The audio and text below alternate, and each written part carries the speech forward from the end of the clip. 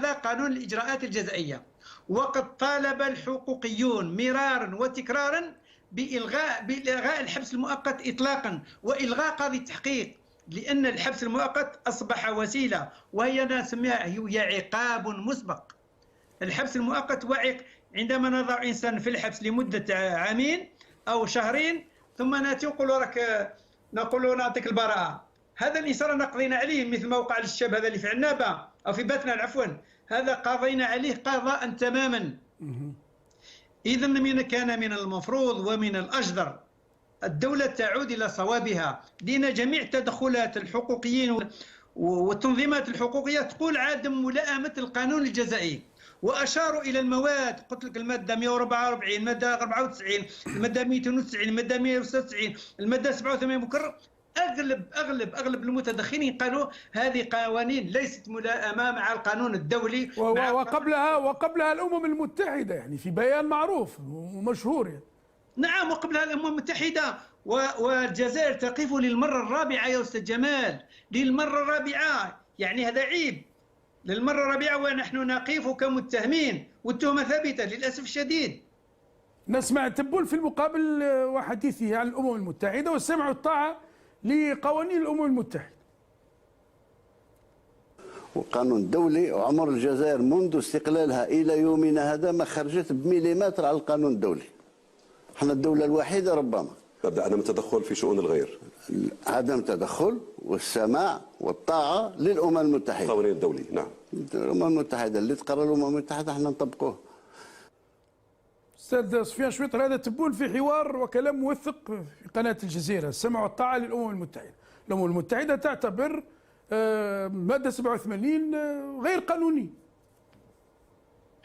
لا، في التقارير لتحضير هذه دورة المراجعة، يعني الفحص الدوري الشامل، هناك تقرير الوطني اللي قدمته الحكومة الجزائرية، وهناك التقارير للمنظمات الغير حكومية، وهناك التقرير، وهذا أي واحد يطلع عليه في موقع المفوضية السامية لحقوق الإنسان.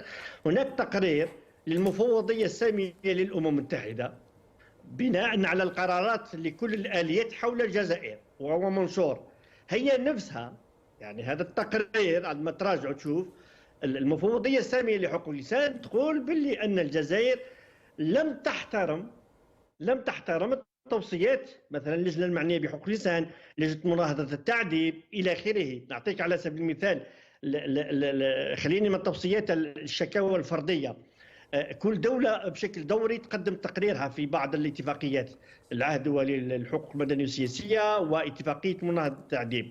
في قضية مناهضة التعذيب تعرف بأن الجزائر عندها روتار ل10 سنوات، 10 سنوات ما قدمتش. كان يفترض أنها تقدم تقريرها الدوري، عندها 10 سنوات. ماذا فعلت من أجل تنفيذ اتفاقية مناهضة التعذيب؟ من بينها قضية الحجز، من بينها قضية حضور المحامي أثناء التوقيف منذ لحظة الاعتقال تاعه، لأن إحدى ضمانات عدم التعرض الشخص لما يسمى بالحجز السري، لا ديتونسيون سيكري، وهذه هي الحالة التي قد يتعرض لها الشخص لأنه بعيد العالم الخارجي، ما عندوش اتصال بعائلته مع محاميه إلى آخره. هنا قد يتعرض للمعاملات القاسية واللا إنسانية. إذن التقرير المفوضية الأمم المتحدة نفسها هو اللي يقول باللي أن الجزائر لم تحترم التوصيات الأمم المتحدة، لم تحترم إلى آخره. بالإضافة إلى التقرير اللي داروه المقررين الأمم المتحدة، اعتقد ناقشناه في القناه المغاربيه، عندها تقريبا 6 أشهر ولا مانيش عارف على هذه، على قضيه التعريف بالارهاب الى اخره. اذا لديك الان اليات مستقله للامم المتحده تطعن في هذه الماده 87 مكرر، ولديك حكومات، يعني عندك المستقلين، خبراء المستقلين، بالاضافه الى الحكومات للدول. هناك إجماع بالإضافة إلى المجتمع المدني الجزائري، الصحفيين، المفكرين إلى آخره، والمنظمات الإقليمية والدولية لحقوق الإنسان. إذن هناك إجماع ما بين حكومات والمجتمع المدني والآليات الأمم المتحدة على أن المادة 87 مكرر من قانون العقوبات التي تحدد قضية تعريف الإرهاب لا تتوافق مع التعريف الذي أعطاه الدول. فقط أذكر فقط الإخوة ربما القضية المادة 87 مكرر هي وضعت في سنة 1995، أدمجت في قانون العقوبات سنة 1995. التعديلات فقط زادوها، ولكن خطورتها كانت موجودة سابقا. والمادة 87 بعد نفهموها في حقيقة الأمر، لو سيبستونس تاعها قبل التعديل، يعني المضمون تاعها هو كان موجود في المرسوم التشريعي رقم 92/03 الصادر في 30 سبتمبر 1992 المتعلق بمكافحة الإرهاب والتمرد. وفي 95 تحت الضغط الدولي عندما قام النظام آنذاك بإلغاء المحاكم الخاصة، وهذه الحيلة والخبث، رغم أن الأستاذ بوشاشي المحامي الأستاذ بوشاشي أثار هذه المسألة في سنة 1995 في جريدة لا ناسيون اللي كانت تترأسها سليمة غزالي في حواره، والأرشيف موجود.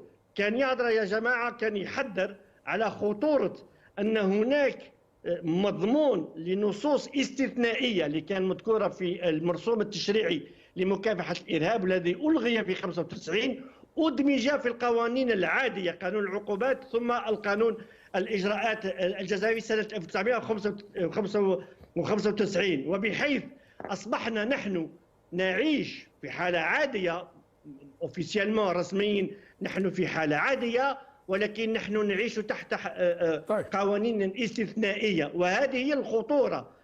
وبالتالي هذه المادة أي من 95، وهذا ما أشرت إليكم أن لجنة مناهضة التعذيب في 2008 ولجنة معنية بحقوق الإنسان في 2017 قبل هذه التعديلات أثارت هذه المسألة وطالبت بإعادة.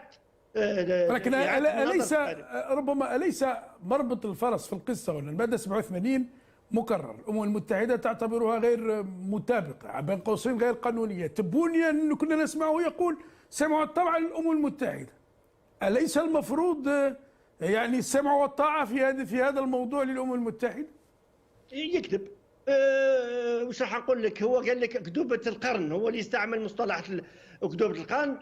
فرض علينا نستعمله أنك تكذب لأنه هناك فيه ما يقدرش يكون هو صادق. وكل الحكومات تقريبا حكومات كثرة من الأمم المتحدة، الآليات الأمم المتحدة، المنظمات الغير حكومية سواء كانت الدولية الإقليمية والوطنية والأحزاب السياسية وبعض الأحزاب السياسية والإعلاميين إلى آخره، ما يقدرش يكون هو صادق والكل غلط. لا. طيب. إذن أعتقد لازم النظام الجزائري عليه تكون لديه الشجاعة، إذا أراد حقيقة، إذا كانت لديه السياسة الرجوع باسم الدبلوماسية إلى آخره، عليه تكون عنده شجاعة يضع لجنة متعددة الوزارات وإعادة ومراجعة كثير من الترسانة القانونية التي لا تتوافق مع التزاماتهم الدولية. يبقى معنا سفيان شويطر، فاصل قصير ثم نعود لمتابعة النقاش.